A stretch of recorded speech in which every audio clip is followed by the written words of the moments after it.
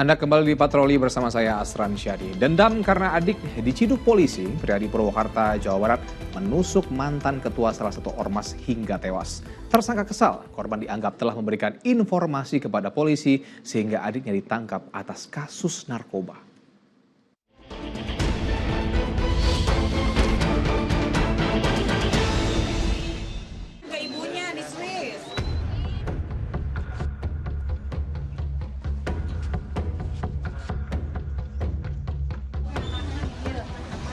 Hubungan pertemanan tak selamanya berjalan mulus.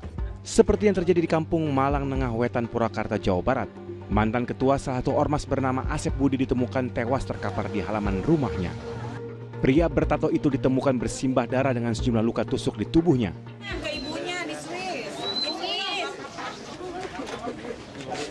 Pihak keluarga tak kuat menahan tangis ketika melihat anggota keluarganya bernasib tragis. Menurut kerabat, sebelum tewas korban yang sedang tidur, tiba-tiba disatroni seorang pria berpenutup kepala.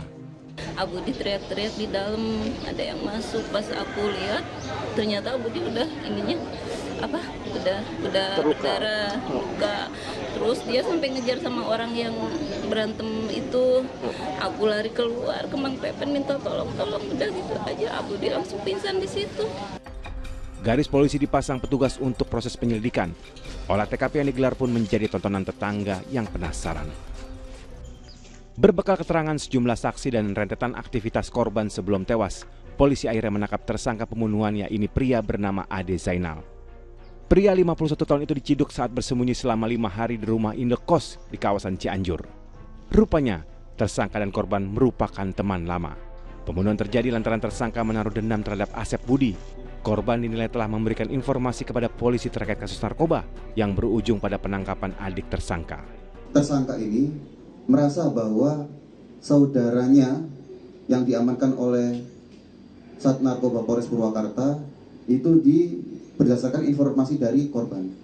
Jadi tersangka merasa bahwasanya korban telah mengkhianati pertemanan mereka, seperti itu.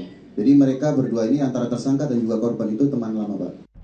Ya, peristiwa pembunuhan bermula saat keduanya terlibat cekcok. Tak puas sampai di situ, keesokan harinya tersangka kembali menyambangi korban di rumahnya dan mendobrak pintu agar bisa masuk ke dalam. Korban yang sedang tertidur langsung dianiaya bertubi-tubi menggunakan sangkur yang dibawa tersangka. Tersangka yang berupaya melarikan diri sempat dikejar oleh korban.